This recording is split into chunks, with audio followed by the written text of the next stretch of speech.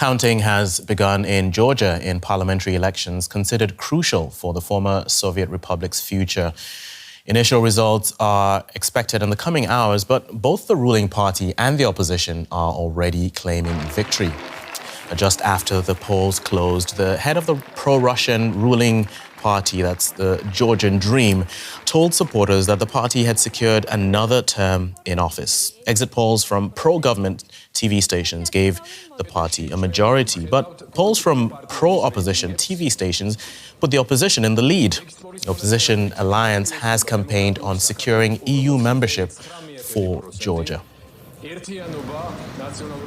Let's cross over to Georgia's capital, Tbilisi, where our correspondent Yuri Resheto is covering the election for us.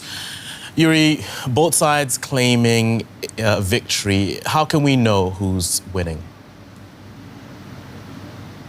Well, it's not unusual that both sides declare victory or refuse to admit defeat. We don't know, we don't have the final results yet, you said it, so I don't know who actually won. We are hearing here cars celebrating the victory behind me on the Independence Square, but we don't know whose cars they actually are. But according to one of the exit polls, it seems that the ruling Georgian Dream Party is going to lose its majority in parliament after 3 terms of political power. Georgian Dream is projected to receive, according to this exit poll, 41% of the vote. It's said in this poll, with 4 opposition parties together for over 50% of the vote.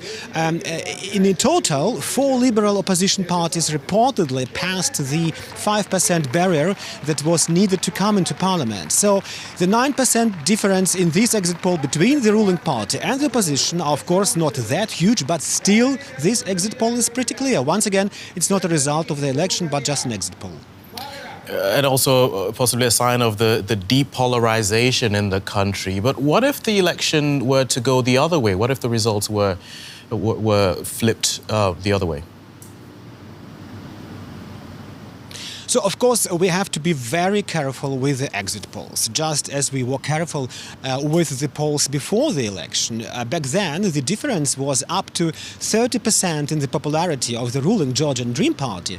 So the polls are very unreliable here in Georgia, especially when they don't come from independent organizations, but from the interested participants, let's put it that way. So no final results yet.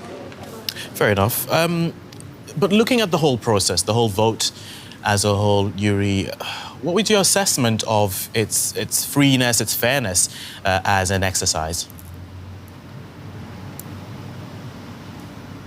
Once again, please, I didn't get it.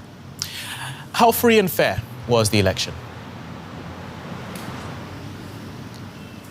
Well, we heard about some incidents of violence in this election, Tommy. Georgian President Zurabishvili spoke of this here in Tbilisi earlier. Also, some videos were circulating during the day that seemed to prove this violence.